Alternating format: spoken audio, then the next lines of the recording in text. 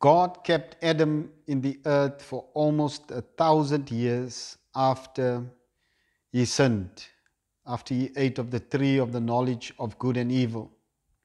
God kept him so that he would be the one who would teach the succeeding generations of the knowledge of the glory of the Lord that would cover the earth as the waters covered the sea. It was the intention of God to bring the culture of heaven, the rule of heaven, into the earth. And the way that God would accomplish that was to put his son into the earth. Luke 3:38 says that Adam was the son of God. And the generations that came after Adam, the immediate generations in the days of the antediluvians, they were to hear the voice of Adam, the man who walked with God in the garden in the cool of the day, the man who received the wisdom from God, the man who would now reveal the character of God unto them.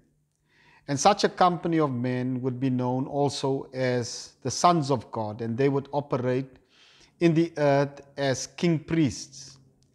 Abram met such a man in Genesis chapter 14 after he rescued his nephew Lot from the four kings. The Bible says that Abram met Melchizedek in the valley of Shaveh, the king's valley. It was a place where rulers, kings, and chiefs would congregate. Melchizedek, the name means king of righteousness. Melchi, king. Tzedek, righteousness. And it is more like a title. And the scripture says that he was the priest of God Most High. So here was a man, Melchizedek, who occupied the position of a king and also the position of a priest. It gave him legitimate authority in the earth to rule on a horizontal plane, but he also had influence, power, and authority on a vertical level. Melchizedek met Abram in the King's Valley. You remember that Abram was the one to whom God attached the promise of sonship. And so out of Abram, all of the nations of the earth would be blessed. And so Abram and Melchizedek meeting together in the valley, in the King's Valley, was such a significant moment in time. But we see something very profound when they met. The Bible says that Melchizedek brought bread and wine. And you have to wonder why bread and wine for such royalty, for such influential people. And of Abram, it was said that Abram gave a tithe. Now, this is the first mention of the word tithe, but certainly not the first practice thereof. I believe the tithe was something that was practiced by the mature sons of God back in the day because of the significance that it carried, because of the great power that it had. The tithe was, when it was presented to the king priest, would be as a standard, would be as a flag in the heavens, would be as an ensign in the heavens. And certainly today, when people hear the word tithe, all kinds of different emotions are conjured up in the believers, and it really irritates the unbelievers. But I think it is important that we understand what the tithe really means. And, I would be the first to say that the practice of tithing cannot be forced upon believers. It is when you give, you must give joyfully and cheerfully and not grudgingly or of necessity. You cannot give thinking that if you do not do that, that you will not be blessed of God. No, God does not judge like a man. The Bible says he's not a man that he should lie, or the son of man that he should change his mind. But there are processes in God. In fact, the Bible speaks of the good, acceptable, and perfect will of God. And I always wondered about that. Isn't the will of God just perfect? Why is there a good and an acceptable will? It means that there are increments in the way that God reveals His will unto you. Because if God were to reveal His perfect will unto you, the magnitude of it would be so great that it would shock the living daylights out of you. And so there are positions and journeys in your life that might not be the perfect will of God for you, but God will accept it and God will bless you there, hoping that you would graduate and matriculate to a greater level, to a higher dimension of understanding the purposes and plans of God for your life. I want to, in this short encouragement, just focus on the word tithe. The word tithe comes from the root word 10. And we know the number 10 as an ordinal number. We know that that number is just a number. There's really no depth to the number. Although when you use geometrics to interpret the number, you can come up with some kind of interpretation or direction from the number. But when it relates to the tithe, it is just a number. But when another letter is added to the word 10, it then changes the word 10 to the word tithe. And I want to show that to you, and it will give you a greater perspective. You as the Son of God, you who are seeking God for greater revelations. And so the letters that are used in the word 10 are the letters ayin, shin, and resh. These three letters. And they have the pictures. You know that the ancient Hebrew alphabet was written in pictures.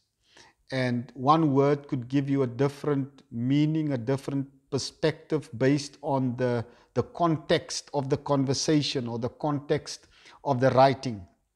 And so ayin, shin, resh. The word ayin has the picture of an eye.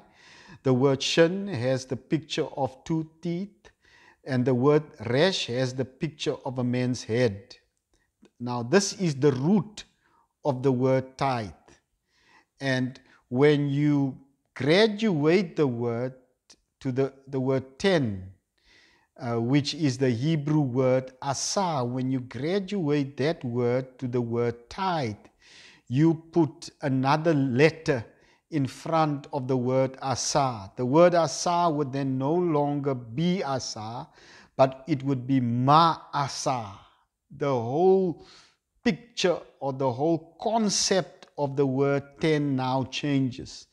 The word masa is no longer just a number, but the word asa is no longer just a number, but the word masa takes on a new meaning of being a representation of something. And so it is how the scripture speaks of Jesus Christ, how one died for all. And how the scripture speaks of Christ in 2 Corinthians 5 verse 14, it says, "For the love of Christ compels us, because we judge this way, that if one died for all, then all died." That scripture really tells us that the representation of Christ in mankind or unto humankind was in such a way that the death of Jesus on the cross was now seen in the eyes of God, that although one man died, Jesus, that now in Christ all of us died with him, and all of us was raised and resurrected with him. It's the powerful principle of on behalf of. It's the powerful principle of representation. So now the word ma'asa, the word tithe, it now has another Hebrew letter attached to ayin, shin, resh. And that letter is the letter tav. Interesting letter, because tav is the last letter of the Hebrew alphabet. And it represents a mark, a signal. It represents a monument, a seal. And it also symbolizes the perfection of truth and the return unto the source. That's powerful. In geometrics, it's the number 400, and it also is also associated with concepts like repentance, the teshuva. It means, because it is the last letter of the Hebrew alphabet, it tells me that it relates to how you give God a voice so that God has the last say. Let me show you what this word means when you use the pictures to interpret it. As I said, the word tav, that's now the first letter of the word tithe. It relates to a sign, a signal, a monument, a seal. And the second letter of the word tithe is the word ayin, and it's the picture of an eye. Let me just backtrack. The picture of the word or the letter tav is a picture of cross sticks.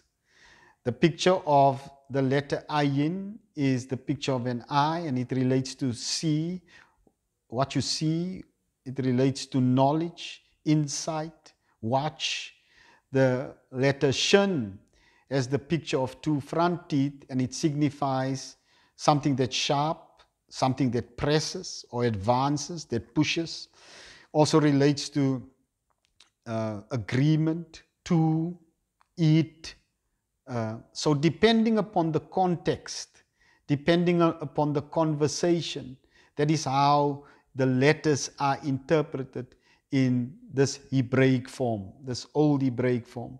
And the last letter is the letter resh, which is the picture of the head of a man. And this relates to what is on top, what is first, the chief part, the head. That's why the Bible says, in the beginning, in the resh, in the head, in the top, in the chiefest part, God created the heavens and the earth. So, tav, ayin, shin, resh. It is the Hebrew word ma'aser. And this is what it means. It is a sign that will show your advance to the top. It is a sign, a signal that will show your advance, your press, your drive, how you are propelled to the top. The tithe is really a signal. The tithe, when it is presented to the king priest, to the Melchizedek, is really a flag post in the heavens. It's a flag that you raise up. In the olden days, armies would not go to war without an ensign. The ensign would be lifted up and shouts would go out before they would engage in battle. And so it is with the tithe. There is a lifting up. There is a sign that is lifted up. If I be lifted up, I will draw all men unto me.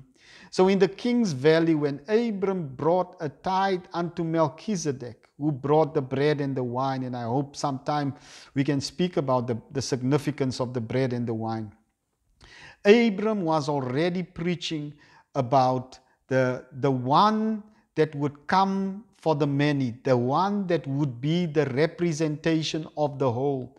Because this is literally what the tithe means. When you give a tenth of your income, when you give a tenth of what you gain, when you give it unto the Lord, and not unto men, when you give it unto the Lord, in the sight of the Lord is that you have given everything.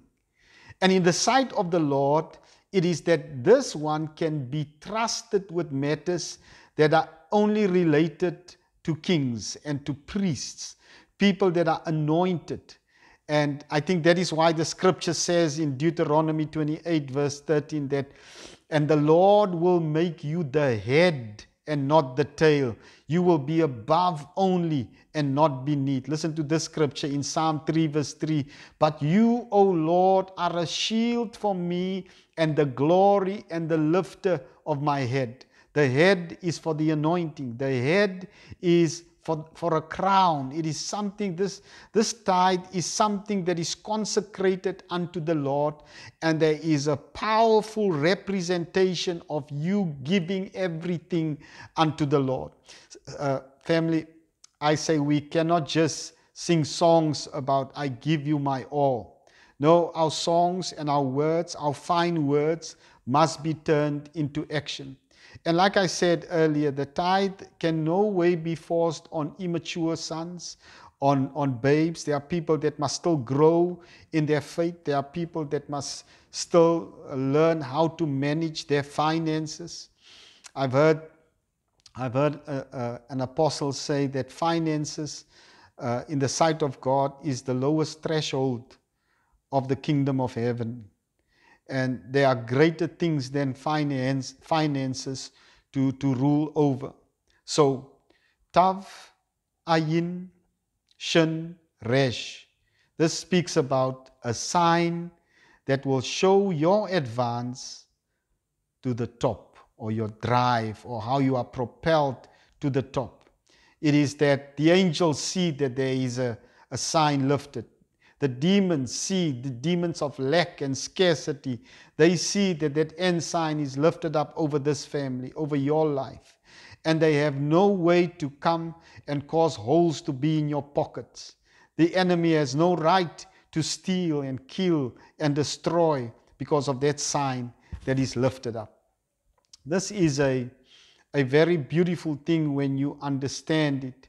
You understand that your head is now anointed, and God places the crown of the king so that you might be the royal priesthood in the earth. I want to close with this. When Abram met Melchizedek in the valley, it was more than 400 years before the law of Moses, or before the time of the Israelites who came out of Egypt. And people say that the tithe was under the law, and Christ died for me, and Christ delivered me from the curse of the law. I'm going to say, first of all, that the tithe, there was no sin attached to giving. There's no sin attached to the tithe. And so Christ died for our sin, to redeem us from our sin. And we see here something practiced long before the time of the Levitical priesthood and the Mosaic law. And it was something beautiful that was practiced by the sons of God, a cadre of men who had no father or mother like Melchizedek, no beginning of days, no end of life. This allegoric language speaks about how we as the sons of God must live from the heavens, how that we must not be attached to material things, how we must not be attached to the earth. Of Jesus, it was said, they came to call him and they said, your mother and your brothers are outside, his natural brothers. And he said to them, who is my mother and who is my brothers? But pointing to the disciples, but they who do the will of God. By saying that, Jesus demonstrated to us that he too was living from another economy. He was living from a different economy. Jesus also said, give to Caesar that which belongs to Caesar. Today in South Africa, Caesar, the government, takes 18% of your income. And they tax you further with a 15% VAT on all the goods purchased. But people are not complaining about that. People happily pay their taxes so that the law cannot come and knock on their doors. But when it comes to the kingdom, you see and hear all kinds of protests. But those who are mature will know, those who are mature will seek the Lord. Those who seek to be mature in the Lord will know where their treasure is, because the scripture says, where your treasure is, there your heart will be also. I want to say to you who are listening to me today, that God will bless you regardless whether you give or not. But it is your giving that matures you in the things of God, because It is really where your treasure is. It's really where the thing of value is. And if you can give the thing of value away, you would have come unto that beautiful character of the Father. For God so loved the world that he gave his only. God gave his all. It was on Golgotha, the place of the skull, where Jesus hung on a tree. It was on Golgotha where that sign, that ensign, that flag was lifted up between the heavens and the earth, the place of the head, Golgotha. It was there because it is there where God shows to us that he wants to deal with our heads. He wants to deal with our minds. He wants to deal with our mentalities. And that's really what repentance is all about. Repentance is about changing the way that you think. And I think when it concerns the tithe, when it concerns the gift or the thing that sons of God brings unto their Father, we must have a different mindset. We must have a different mentality and know that God will prosper us in this life. I want to speak to you again about the representation of the bread and the wine, and how all of these things fit together, the bread and the wine and the tithe. The tithe is a representation of the whole. When you give a tenth, it is you have given your all. And don't you think that will bring you into the courts of the Lord? Don't you think that will bring you so close where the scepter can be put upon your shoulder? The Bible says that your gift will make room for you and bring you before great men. It is not your talent that the Bible speaks about, but it is the gift that you bring that brings you before great men, that opens up doors for you. I want to bless you today, and I want to speak grace and peace over you, and hope to speak to you again soon.